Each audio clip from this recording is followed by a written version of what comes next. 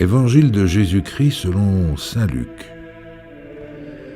Du milieu de la foule, quelqu'un demanda à Jésus : « Maître, dis à mon frère de partager avec moi notre héritage. » Jésus lui répondit : « Homme, qui donc m'a établi pour être votre juge ou l'arbitre de vos partages ?»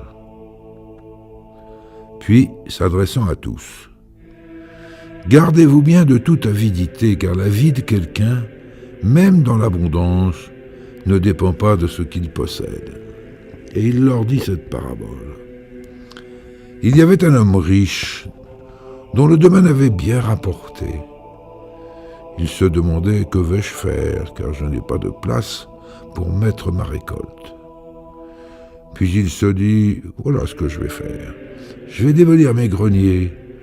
J'en construirai de plus grands et j'y mettrai tout mon blé et tous mes biens.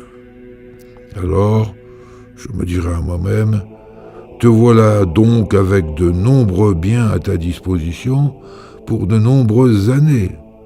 Repose-toi, mange, bois, jouis de l'existence. » Mais Dieu lui dit : « Tu es fou.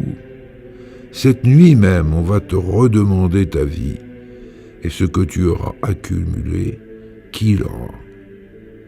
Voilà ce qui arrive à celui qui amasse pour lui-même au lieu d'être riche en vue de Dieu. » Acclamons la parole de Dieu.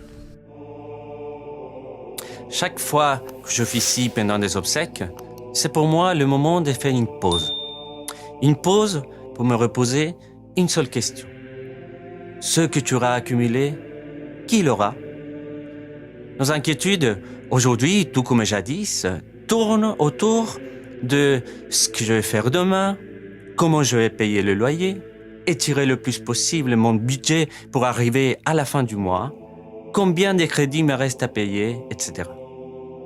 Tout cela nous dépasse, car depuis le commencement, l'homme a cru qu'il était capable de se débrouiller tout seul. Et c'est bien donc que lorsque nous nous retrouvons face à la mort, que nous réalisons que nous sommes des êtres limités et imparfaits. Je ne voudrais pas être défaitiste. Moi aussi, je vous l'avoue, j'ai mes petites attaches matérielles qui me font perdre la cible du vrai bonheur. Cependant, quand tout va bien, nous devrons être reconnaissants devant celui qui est le créateur de toutes choses. Et si ça ne va pas du tout, soit à cause de la maladie, soit à cause d'autre chose, regardez la croix et dites avec le Christ : « Mon Dieu, pourquoi m'as-tu abandonné ?» Même si nous sommes en colère après Dieu, quand nous le mettons au cœur de notre vie, tout reprend son vrai sens. En résumé, tout est providence. Demain, c'est la fête de Saint Luc évangéliste.